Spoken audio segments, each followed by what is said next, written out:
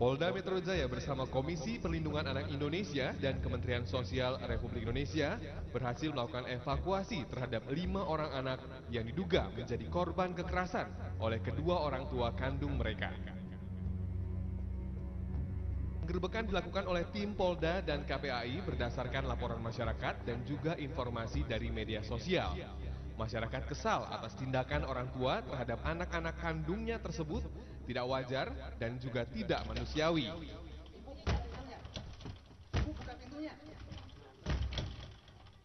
Utomo Permono dan Nurindra Sari adalah pasangan suami istri yang tega menelantarkan kelima anak mereka di salah satu rumah mewah yang terletak di perumahan Citra Grand Cluster, Nusa 2 Blok E nomor 37 Cibubur, Jakarta Timur.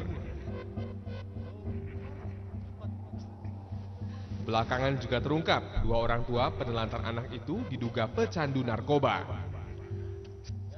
Setelah mendapat hasil tes urin, keduanya positif. Polisi langsung menggeledah rumah tersangka. Benar saja, aparat Polda Metro Jaya menemukan 1 paket sabu di rumah pasangan Utomo Purnomo, Nurindria Sari di Cibubur. Kondisi rumahnya berantakan, sampah berserakan di mana-mana. Saat digeledah, polisi menemukan paket sabu di kamar di rumah Utomo. Utomo melarang anak laki-lakinya yang masih berusia 8 tahun masuk ke rumah selama sebulan terakhir. Bocah itu terpaksa tidur di pos perumahan. Dia mendapat makan dari belas kasih warga. Menindaklanjuti kasus ini, Kamis pagi KPAI bersama Kementerian Sosial, Polsek Pondok Gede, Polresta Bekasi, dan Jatanras Polda Metro Jaya langsung mengevakuasi 2 bersaudara, salah satunya berinisial D. Siangnya tim evakuasi menyelamatkan 3 saudara D dari dalam rumah mereka. Sekjen KPAI Erlina mengatakan saat evakuasi sempat terjadi perlawanan yang cukup alot dari kedua orang tua korban hingga membuat polisi melakukan tindakan evakuasi paksa. Ananda ini cukup memprihatinkan ya kondisinya. Kita mengevakuasi tadi dalam rangka menyelamatkan dari sisi tidak hanya psikis tapi dari sisi fisik mereka juga. Jadi mental dan fisiknya kita lindungi karena menurut pengakuan dari banyak warga lebih dari 1 bulan Ananda tidak hanya Ananda laki-laki ini saja yang mendapatkan perlakuan salah dan tindakan kekerasan, tapi patut diduga juga adik-adiknya juga mendapatkan kekerasan semacam itu. Kini, kelima anak yang ditelantarkan orang tua kandungannya itu diamankan pada safe house dari Kementerian Sosial. Bila terbukti mendapat perlakuan kekerasan, KPAI akan mengajukan pencabutan hak asuh bagi orang tua mereka. Kelima anak tersebut akan menjadi anak negara.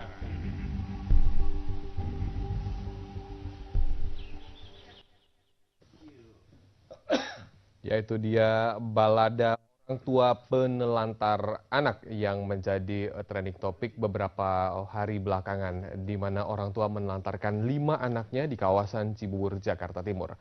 Selamat malam untuk Anda yang baru saja bergabung, senang sekali saya William Darmawan menemani Anda dalam Opini Publik. Dan topik kita pada malam hari ini seperti yang tadi telah Anda saksikan juga tentang balada orang tua penelantar anak. Bagaimana hukumnya? Dan Anda bisa interaktif bersama kami di 02151 55111 02151 55111 untuk interaktif bersama kami di malam hari ini. Sudah ada 3 narasumber di studio Jak TV. Ada Ibu Titi Haryani dari KPAI. Selamat malam Ibu. Selamat malam. Selamat datang di Jak TV. Ya. Kemudian juga ada Pak Reza Indragiri, psikolog forensik. Selamat malam. Halo Mas. Ya, kemudian juga ada Bapak Asep Iriawan, pakar hukum pidana. Selamat datang di Jak TV. Dan pemirsa Anda bisa interaktif bersama kami di line telepon 0215155 111. Saya mau mengupdate nih di Ibu Titi, bagaimana nih perkembangan terakhir tentang kasus ini? Ya, ini sudah ada keluarga yang datang ke KPAI dari pihak ayahnya, kemudian untuk menyampaikanlah permasalahan yang dihadapi oleh suatu keluarga. Ini memang suatu, katakanlah ini suatu permasalahan dalam suatu keluarga, sehingga terkesan anak itu adalah terlantar, begitu.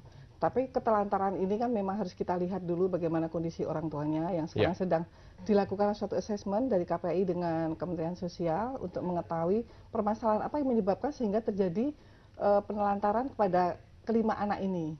Nah, penelantaran di sini kan karena tidak terpenuhi kebutuhan dasar anak seperti pendidikan, kesehatan, sehingga anak hidup sendiri, anak tidur di luar, bahkan mungkin dilakukanlah kekerasan, tidak boleh masuk ke rumah. Nah, ini yang harus menjadi suatu pembelajaran buat semua keluarga.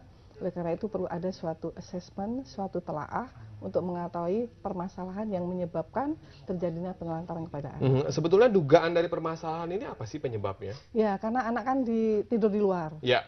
Kemudian masyarakat melihat anak ini hanya main sepeda, tidur di luar, tidak sekolah, sehingga ditanya-tanya anak dan ternyata anak ini tidak boleh masuk ke rumah. Nah, itu sudah termasuk suatu penelantaran. Dan anak tidak sekolah beberapa bulan.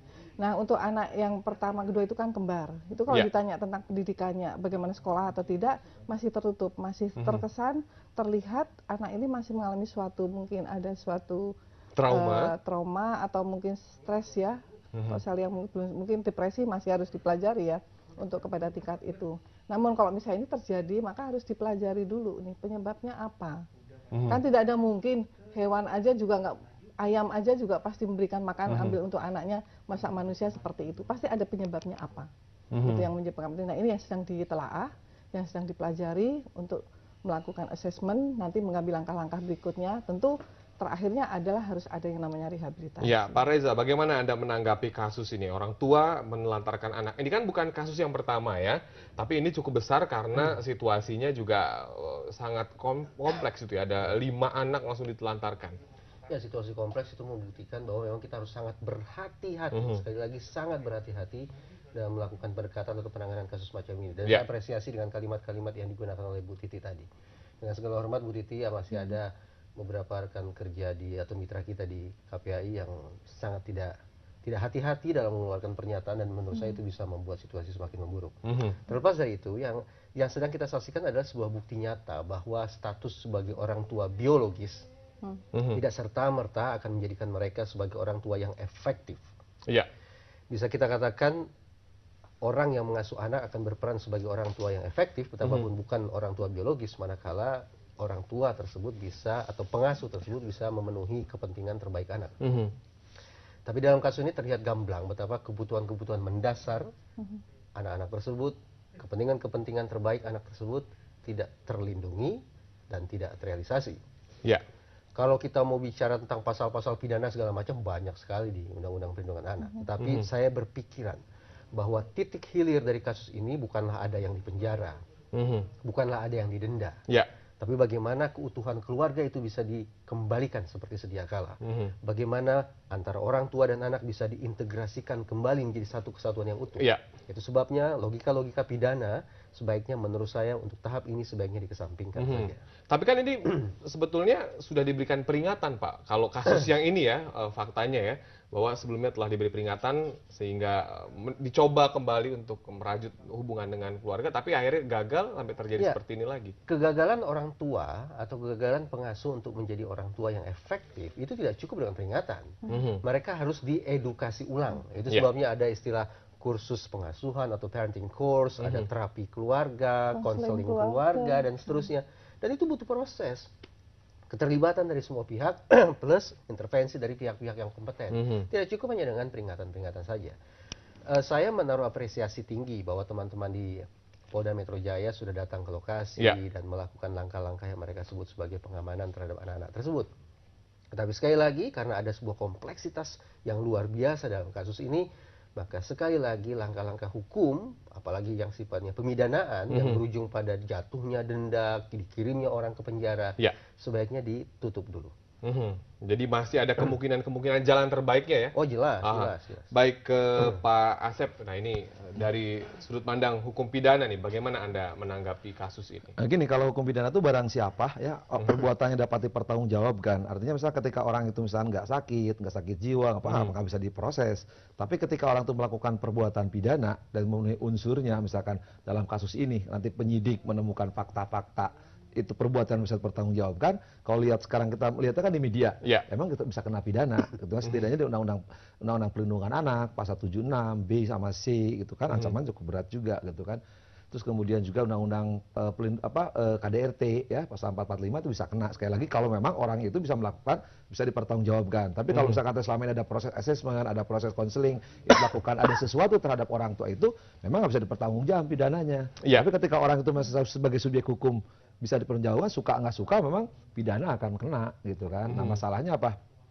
Nah sekarang kita tunggu perkembangannya. Tapi setidaknya dengan tindakan kemarin Polda atau KPAI ke sana kan menyelamatkan anak itu ke depan. Dulu ya. Kita selamatkan ke depan, kan semua juga demi tumbuh kembang anak itu sendiri. Nah soal proses pidananya, biarlah nanti polisi yang akan menilai. Apakah ini bisa dilanjutkan perkaranya, ya? Apakah memenuhi persyaratan seperti pertanggungjawabkan atau tidak. Tapi yang penting kan sekarang bagaimana menyelamatkan anak ini. Ya syukur-syukur anak ini bisa diselamatkan dan kedua orangnya diselamatkan. Kalau lihat perkembangan terakhir kan seperti ada sesuatu terhadap orang tuanya ini. Mas saya pikir nanti kita akan tahu bagaimana proses pemeriksaan di kepolisian maupun yang sedang dilakukan oleh KPAI. Iya, tapi kan dalam kasus ini kedua orang tuanya katanya positif narkoba nih, Pak. Nah, sekali lagi ya, terlepas dari kata dari Mas Reza maupun Ibu mengatakan bahwa katakanlah ini harus diproses, seperti polisi menganggap bahwa ini harus dilanjutkan perkaranya. Ya kalau misalkan kena narkoba lebih parah lagi nanti. Kalau dia pemakai ya dia rehabilitasi. Tapi kalau dia lebih lanjut dia peredaran di Undang-Undang Perlindungan Anak lebih parah lagi tuh 78 huruf J itu bisa hukuman mati loh. Ancamannya berat sekali. Makanya saya bilang nanti dilihat apakah dia hanya pemakai atau dia juga ikut peredaran. Kan kita nggak tahu faktanya. Kita baru ngikutin mulai media massa yang dilakukan apa juga kenapa dia melakukan tadi ada barang-barang narkoba itu. Apakah barang narkoba itu dia memang karena sesuatu hal atau karena memang ada sesuatu lain yang kita nggak tahu kan karena kita nggak lihat faktanya, hanya melihat melalui media atau informasi yang kita dapatkan di media sosial. Tapi kalau nanti nampaknya dia misalkan, saya juga termasuk yang di luar pemahaman saya, kan kalau statusnya dia seorang dosen, ya walaupun proses manapun mungkin aja gitu. Tapi kalau seorang guru itu kan digugu dan ditiru. Nah kalau seorang guru misalkan penantaran anak, kekerasan terhadap anak, dia bermain narkoba, itu kan selalu, ya saya pikir apa mungkin gitu kan. Maka saya bilang kita tunggu pemeriksaan kepolisian maupun konseling dari KPAI atau Kementerian Sosial apa yang menyebabkan orang tua ini melakukan itu. Ya baik, nanti kita lanjutkan. Pemirsa, Anda bisa interaktif bersama kami di line telepon 02151555111 tetap di Opini Publik. Terima kasih Anda masih bersama kami di Opini Publik dan kita masih membahas tentang balada orang tua penelantar anak. Dan kami sudah tersambung dengan Erlinda yang fokus menangani kasus ini dari KPAI. Selamat malam Mbak.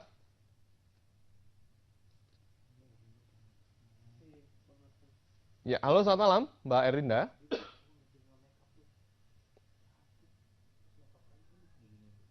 Ya, kami akan mencoba menghubungi Erlinda dari KPAI yang fokus menangani kasus penelantaran anak. Selamat malam. Iya, selamat malam. Halo, ya. Selamat malam. Terima kasih telah bergabung bersama kami, Mbak Erlinda. Iya, selamat malam. Sama-sama, terima kasih juga. Langsung saja Mbak, ini bagaimana nih penanganan terakhir anak-anak yang terlantar ini? Iya, ini saya lagi bersama mereka nih, terdengar tidak suaranya nih. Ini adik sama kakak lagi diskusi. Posisi mereka saat ini ya memang bersyukur ya, kita bersyukur karena treatment-treatment yang sudah dilakukan tadi teman-teman yang mereka punya profesionalisme bagus, luar biasa. Sehingga kelima Ananda ini dalam keadaan yang cukup stabil walaupun tetap tadi juga kita dibantu oleh Prof. Carlito, kita berterima kasih sekali sama beliau. Beliau sudah memberikan assessment juga dan cukup mengejutkan juga hasil dari assessment yang diberikan Prof. Carlito. Namun ini masih dilanjutkan lagi karena beliau tadi juga masih belum menyelesaikan assessmentnya.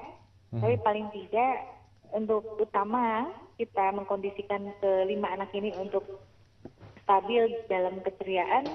Ini sudah ada progresnya.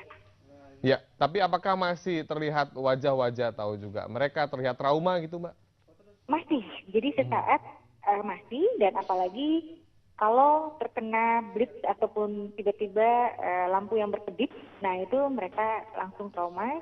Seperti tadi, kebetulan sore tadi ada kunjungan dari Ibu Menteri Sosial, dan kita sudah bilang bahwa dengan teman-teman media tidak untuk memfoto ataupun mengarahkan kamera ke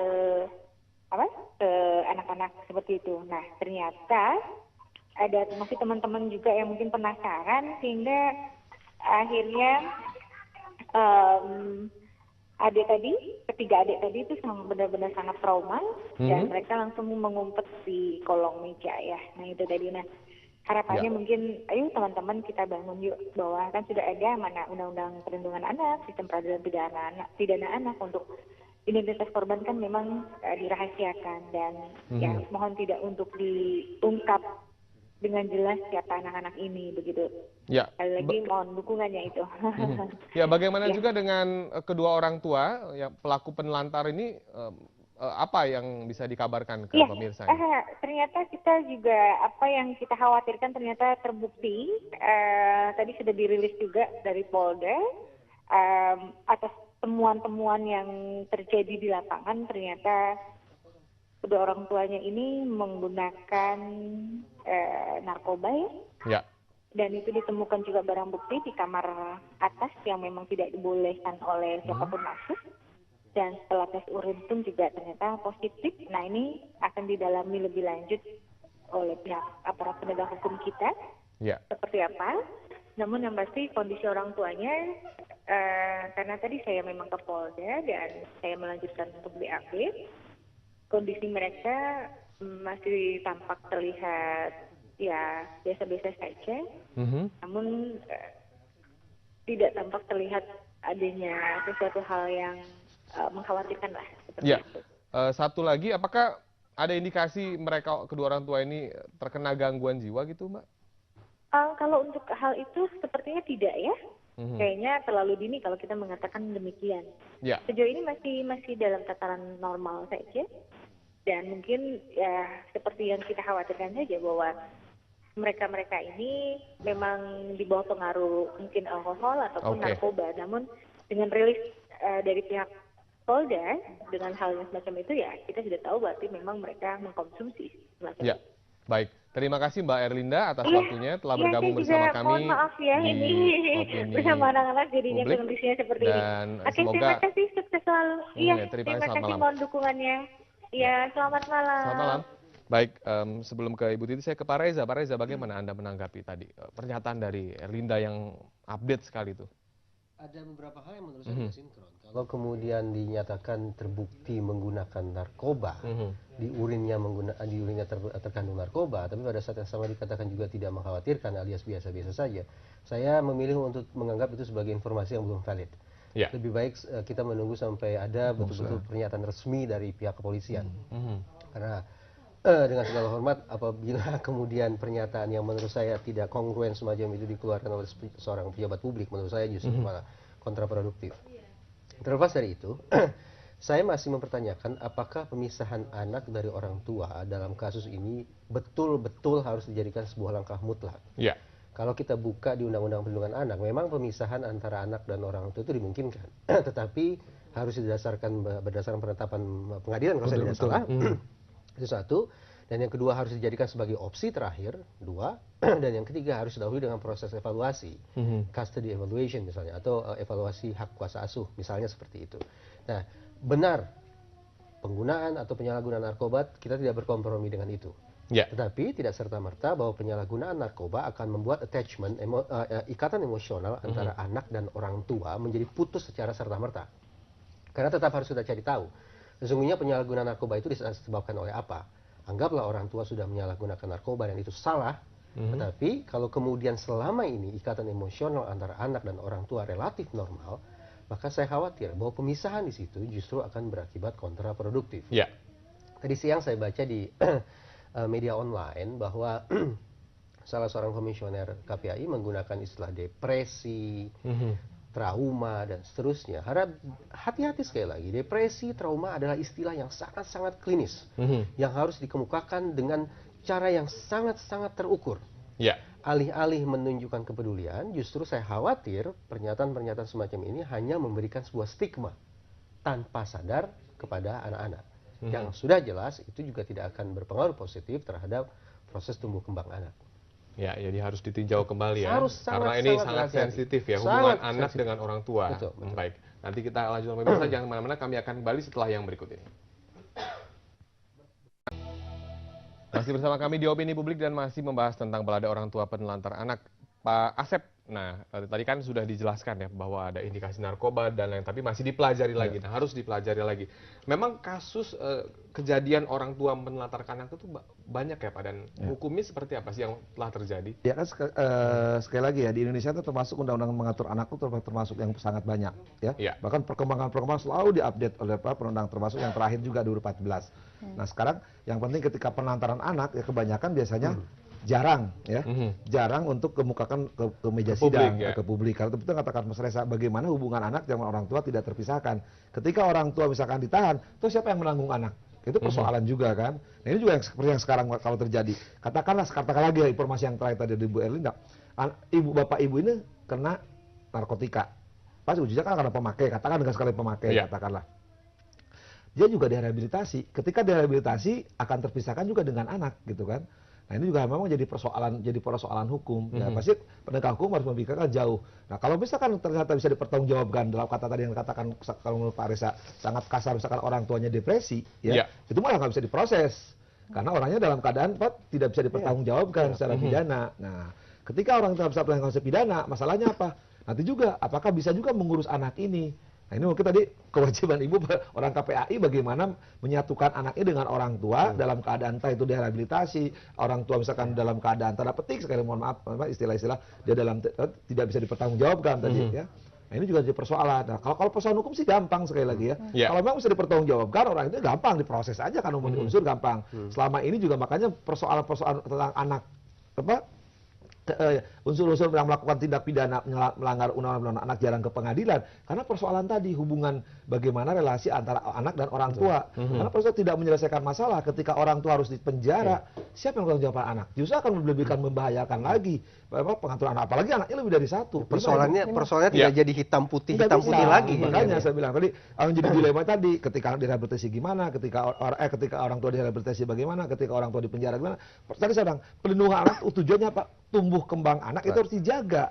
Nah siapa yang akan bertanggung jawab? Kan KPAI juga tidak mungkin persoalan anak tidak hanya satu ini kan. Pasti ada persoalan lain bagaimana menjaga tumbuh kembang anak supaya sebagai anak tunas-tunas bangsa yang memang diharapkan oleh kita semua. Jadi memang harus jalan yang terbaik ya.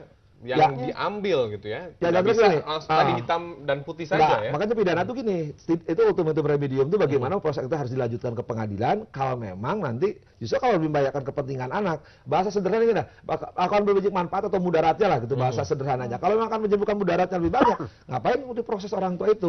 Nah, tapi ketika anak ini bisa, orang tua ini bisa dikembalikan, direhabilitasi dalam keadaan baik, bagaimana? Pada hasil konseling nanti Polda kan selagi melakukan ini konseling maupun assessment. Nah, ketika konseling itu memang bisa anak ini bisa tumbuh bersatu dalam satu keluarga yang utuh, bahagia, kenapa tidak? Ya, sudah ada penelpon yang masuk. Selamat malam.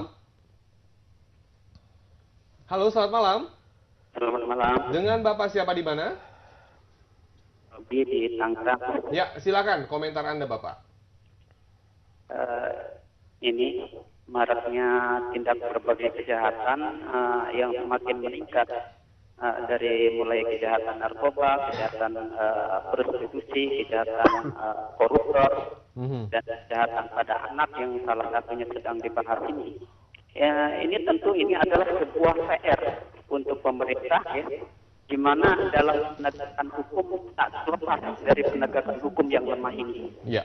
Sudah saatnya peran pemerintah peran aktif untuk segera mendisek hukum seberat-beratnya, menjerat seberat-beratnya untuk para pelaku tindak kejahatan. Karena hukum selama ini sepertinya sangatlah manja dan memanjakan para pelaku kejahatan sendiri. Kan penegakan hukum dimanjakan dengan barat-barat dolar dari sang para pelaku kejahatan itu sendiri. Assalamualaikum. Terima kasih Bapak atas komentar Anda. Kami sudah menangkap maksud Anda. Langsung saja ini mungkin saya ke Ibu Titi ya. Bu Titi, tadi kan kedua narasumber bilang ini harus dicari jalan tengah yang terbaik. Belum tentu diselamatkan oleh negara, itu anak-anak malah lebih happy, lebih ini gitu ya, lebih safe. Memang, ini gimana nih? Di dalam perlindungan itu kan memang betul itu. Perlindungan anak ini kan untuk bagaimana anak ini bisa tumbuh kembang secara optimal. Mengapa optimal, tidak maksimal? Karena setiap anak itu kan berbeda-beda. Orang tua itu merupakan masyarakat kecil yang punya tanggung jawab untuk memfasilitasi tumbuh kembang anak itu. Kalau kemudian terjadilah penelantaran seperti ini, maka memang ya asesmennya itu yang menjadi acuan. Kalau misalnya tadi dikatakan misalnya karena narkoba, maka harus diketahui jenis narkobanya apa. Peraturan bersama sekarang dengan 100.000 program pemerintah rehabilitasi, ya rehabilitasi. Gitu kan.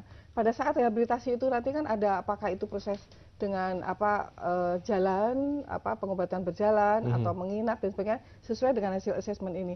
Namun anak ini harus menjadi perhatian yang khusus ketika anak ini sekarang ini sudah betul-betul memerlukan kebutuhan dasarnya itu harus dipenuhi. Bagaimana anak ini sekarang harus sekolah, bagaimana anak ini kesehatan, ini harus dilakukan. Setelah itu nanti anak ada rehabilitasi, ada konseling keluarga itu. Nah, ini harus dilakukan sehingga orang tua pasti ini harus keluarga yang utuh. Karena anak tidak mungkin akan dengan negara. Sekarang negara misalnya kalau memang dikatakan kalau misalnya orang tua tidak sanggup, ini adalah negara mengambil alih. Itu memang jalan yang mungkin paling ini. Tetapi sepanjang masih ada assessment yang dilakukan, kemudian hasil yang masih bagus, kemudian orang tua masih bisa diberikan suatu rehabilitasi, diberikan suatu konseling, ya kembalilah kepada keluarga yang utuh. Gitu.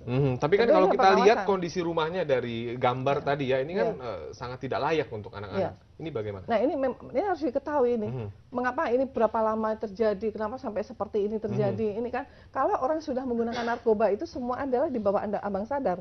Pemikirannya dipengaruhi oleh pemikiran-pemikiran yang entah dia berfantasi, entah ini, itu tidak akan mungkin bisa berpikir secara normal. Sehingga anak pun juga bisa dijadikan, wah itu bukan tanggung jawab saya, terserah mereka mau apa makan, terserah cari ambil. Karena memang tidak menyadari, bahkan bisa juga karena apa yang diminum jenisnya itu menyebabkan tidak tahu siapa dirinya sendiri, tidak perlu menggunakan pakaian dan sebagainya, dia bisa terjadi seperti itu. Nah ini harus dilakukan asesmen ini sesegera mungkin, baik dari pihak kepolisian untuk mengetahui seberapa jauh hasil asesmen, mungkin dari narkobanya sendiri seberapa jauh juga narkobanya itu yang digunakan, kemudian bagaimana bahayanya terhadap anak. Gitu. Pak Reza, kalau Anda melihat kasus ini, kira-kira apa sih Pak penyebabnya? Sudah bisa ditebak belum nih kira-kira? Oh tidak, saya memilih untuk sekali lagi sangat berhati-hati dalam kasus domestik semacam ini. Kita tidak bicara tentang penganiayaan anak biasa. Kita bicara tentang dugaan yang melakukan penelantaran adalah orang tua kandung si anak itu sendiri. Saya tidak ingin apapun yang kita lakukan malah justru mengakibatkan keluarga ini semakin tercerai-berai, pondasi keluarga makin porak-poranda. Nah, kalau menjawab pertanyaan apa kira-kira menjadi penyebabnya, orang psikologi selalu yakin bahwa perilaku manusia senantiasa dipengaruhi oleh faktor dalam dan faktor lingkungan, faktor situasi. Faktor dalam, jejak-jejaknya sepertinya mulai terlihat. Barangkali ada faktor penyalahgunaan narkoba, mungkin kesulitan ekonomi atau apapun itu saya tidak tahu. Nah, sementara faktor lingkungan adalah barangkali juga relatif kelambanan reaksi dari masyarakat sekitar. Kalau memang salah satu anak itu diketahui selama ini sudah dalam kondisi terlantar sekian pekan. 1 bulan ya. 1 bulan. Kenapa tombol panik itu baru ditekan sekarang? Padahal kita tentu sepakat, semakin cepat sebuah penyakit ditangani, maka kemungkinan untuk sembuhnya juga akan semakin baik. 1 bulan bagi kita untuk mendengar ada jeritan senyap dari Cibubur sana. Andaikan faktor lingkungan alias faktor situasi juga diperkuat sehingga muncul resiliensi di masyarakat itu dalam menyikapi kasus-kasus keluarga, maka kita pantas untuk berharap bahwa situasi tidak akan terlanjur buruk seperti sekarang. Apa yang saya kemukakan ini sekali lagi mempertegas pemikiran saya bahwa yang paling harus menjadi dasar berpikir di titik hilir nanti dari kasus ini adalah bagaimana 5 anak plus 2 orang tua itu bisa utuh kembali, bisa terintegrasi kembali, bukan mencerai-beraikan mereka yang semakin memperkuat adanya isu penelantaran anak di situ. Kita gelisah pada isu penelantaran anak, jangan sampai kemudian langkah kita malah membuat mereka semakin menjauh satu sama lain. Baik, masih ada segmen selanjutnya. Pemirsa, jangan kemana-mana, kami akan kembali setelah yang berikut ini. Terima kasih Anda masih bersama kami dalam Opini Publik dan Anda masih bisa interaktif di 02151555111. Pak Asep, tadi Anda menyarankan ini harus dipelajari lagi, tidak serta-merta dipenjarakan ya. Tapi kalau seandainya nanti sudah diselamatkan, ternyata kejadiannya keulang lagi, ini gimana? Gini, harus dipahami dulu sejak awal. Undang-undang Perlindungan Anak yang lahir itu dengan asumsi apa? Bukan asumsi, harusnya normanya kan. Karena anak itu pasti dilindungi oleh orang tua. Orang tua pasti melindungi. Nggak mungkin lah harimau aja melindungi anak, ya apalagi manusia. Itu dulu. Kedua, mengapa ada sanksi pidana? Karena dengan asumsi tadi yang keduanya. Karena pasti yang akan merusak tadi pelindungan anak itu bukan lingkungan dalam, tapi lingkungan luar. Makanya sanksinya keras. Nah, ketika ada sekarang di lingkungan terdekatnya orang tua melakukan itu dalam tanda petik ini kan itu memang satu kelainan kan. Nah, tapi sekali lagi, sanksi ini sebenarnya ketika anak dilindungi oleh orang tua ada yang mengganggu, maka ancamannya keras. Kan? Nah, sekarang katakanlah kembali kasus ini, seandainya ya, kita bicara seandainya teoritis lah, nggak bicara fakta. Nah, setelah diperiksa ternyata orang melakukan itu, tadilah hukum memang ultimum remedium, mau gimana lagi. Nah, orang tua memang setelah bagaimana harus disatukan, menyelamatkan anak, rehabilitasi, tapi melakukan, itu residivif kan, melakukan perbuatan, ya tidak bisa, enggak. Orang tua diproses, nah kewajiban negara itulah bagaimana menyelamatkan anak. Karena nggak mungkin katakanlah kita berusaha untuk menyatukan anak di tumbuh kembang, kemudian optimal, katakan ibu tadi, ternyata orang tua masih melakukan tindak pidana, kayak ini asumsi ya. Nah, ya suka nggak suka harus diproses orang tua ini, karena memang sudah berusaha. Kan? Tapi kalau misalkan ya kita berpikiran bermudah-mudahan lah tidak terulang. Misalkan tadi karena pengaruh narkoba bisa direhabilitasi, bisa disembuhkan, tumbuh kembang optimal anak itu bisa terjadi. Tapi kalau misalkan tidak bisa dilakukan itu, ya suka nggak suka harus diproses itu. Bu, data anak-anak yang ditinggalkan orang tuanya itu memang banyak ya Bu ya. Misalnya orang tua bercerai, kemudian dititipin oleh neneknya. Banyak sekali, banyak. Itu kan di bawah pengasuhan. Jadi ya masuk KPAI itu pengasuhan itu paling tinggi. Itu sampai 2000 sekian ya. Dan itu meningkat terus dari 2012, 13, 14 itu.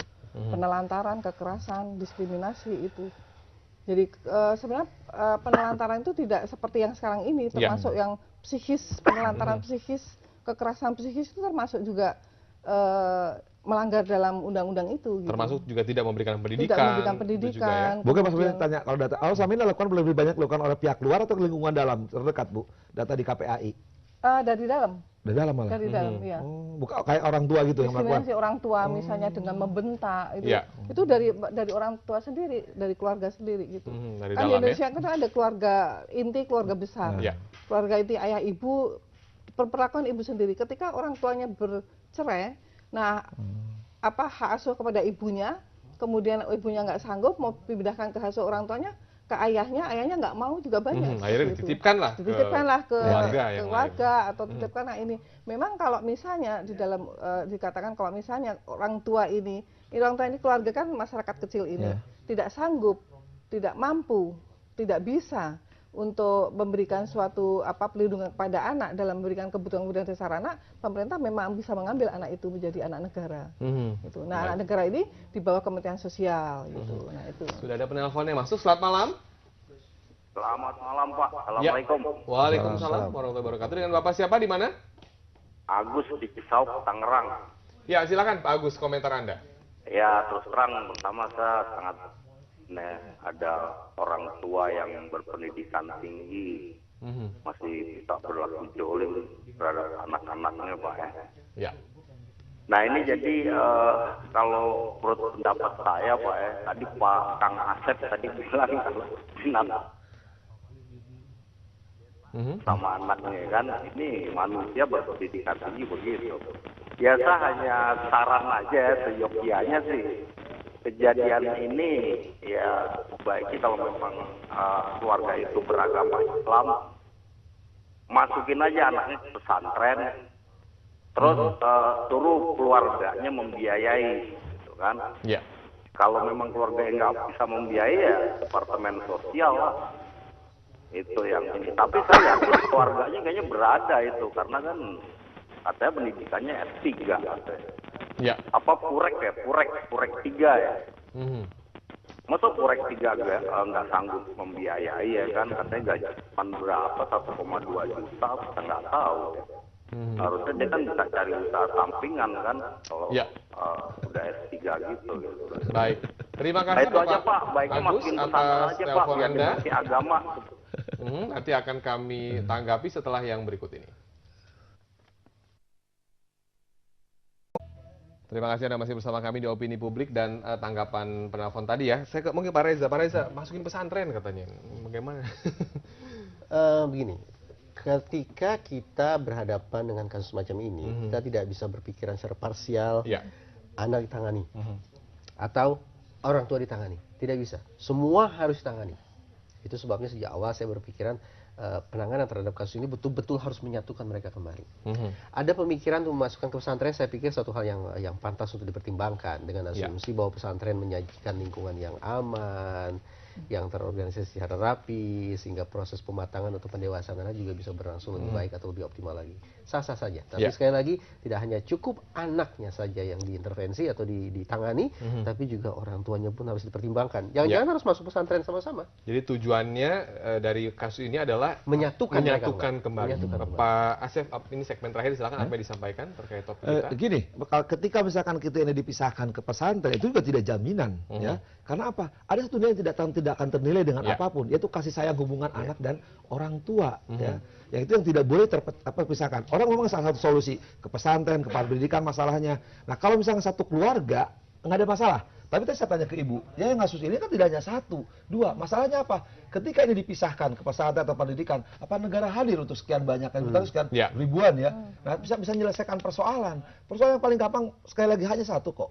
Kasih sayang orang tua dengan anak ini diciptakan, ya, dikembalikan kepada asalnya, basicnya. Tapi kalau semua dipisahkan, kalau cuma satu dua mungkin negara bisa hadir. Kalau sekarang tadi kata data ibu ini banyak. Pertanyaan, negara sanggup nggak ngurus itu? Anak-anak ini yang banyak, sejauh mana? Selama ini kan panti asuhan, panti anak itu kan lebih banyak aktivitas dari sosial kan, kegiatan sosial orang-orang, panti agama, kemudian kepentingan-kepentingan lain yang menyelesaikan itu. Negara saya pikir tidak terlalu banyak untuk mengurusin anak ini lebih banyak, apalagi ngurusin orang tua nanti. Karena rehabilitasi aja di narkoba itu sekarang hanya terbatas dari sekian BNN itu yang punya Sukabumi kan, itu juga terbatas. Apakah sanggup nanti? Nah, sekarang bagaimana sekarang mengusahakan tadi yang kata Mas Reza, bagaimana menyatukan kasih sayang keluarga utuh ini yang optimal istilah ibu ya.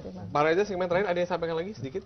Saya berharap kasus ini akan di drop, jadi tidak dilanjutkan ke persidangan. Tapi andaikan berlanjut ke persidangan, saya tidak tahu bisa diterapkan atau tidak. Tapi saya berharap putusan hakim akan berbunyi seperti ini, seperti di peradilan keluarga di negara-negara maju, bahwa anggaplah terdakwa dinyatakan bersalah dan dihukum, hukumannya adalah kewajiban mengikuti edukasi ulang tentang pengasuhan dan memerintahkan negara untuk melakukan supervisi terhadap keluarga tersebut. Pengabaian terhadap proses edukasi, barulah kemudian denda atau penjara ditegakkan. Ya, jadi dipantau terus ya oleh negara ya. Silakan Ibu. Ya, jadi keluarga itu merupakan masyarakat kecil yang mempunyai perhatian paling utama dan pertama dalam tumbuh kembang anak.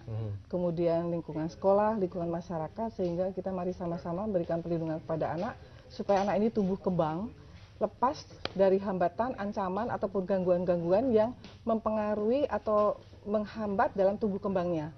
Sehingga kita akan mencapai nanti generasi emas tahun 2025 itu. Jadi anak tidak mengalami suatu permasalahan baik secara internal ataupun eksternal, itu hanya dengan satu cara, yaitu berikan perlindungan anak yang seoptimal mungkin. Ini juga mungkin lingkungan harus lebih peduli ya terhadap jadi lingkungan harus sekitar sehat, ya.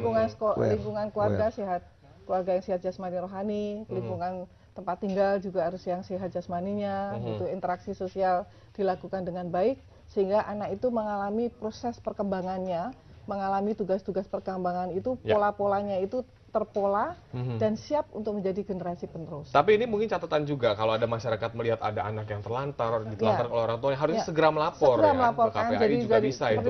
Jadi jangan nunggu sampai 1 bulan, sampai anak sudah ngap-ngap baru ini. Tetapi ketika ada anak itu jalan-jalan itu segera dilaporkan. Karena ini banyak terjadi seperti itu. Dan sekarang ini kan memang kalau misalnya itu benar itu katakan misalnya karena pengaruh narkoba, itu sudah pasti tidak mungkin akan bisa berpikir secara sehat dalam mengasuh anak gitu. Oleh karena itu perlu ada suatu konseling keluarga, perlu ada suatu rehabilitasi dan lakukan assessment yang betul-betul assessment ini baik terhadap orang tuanya, ayah ibunya, kemudian anaknya juga diperlakukan dengan hal-hal yang sesuai dengan kebutuhan anak, sehingga kebutuhan dasarnya akan pendidikan, kesehatan, kesejahteraan itu terpenuhi. Baik, terima kasih Bu Titi, terima kasih Pak Reza, terima kasih Pak Asep atas waktunya. Semoga yang diperbincangkan bermanfaat untuk pemirsa semua. Pemirsa, tidak terasa sudah 1 jam kita berbincang dalam Opini Publik. Saya William Darmawan, terima kasih atas perhatian Anda, tetap bersama kami, sampai jumpa.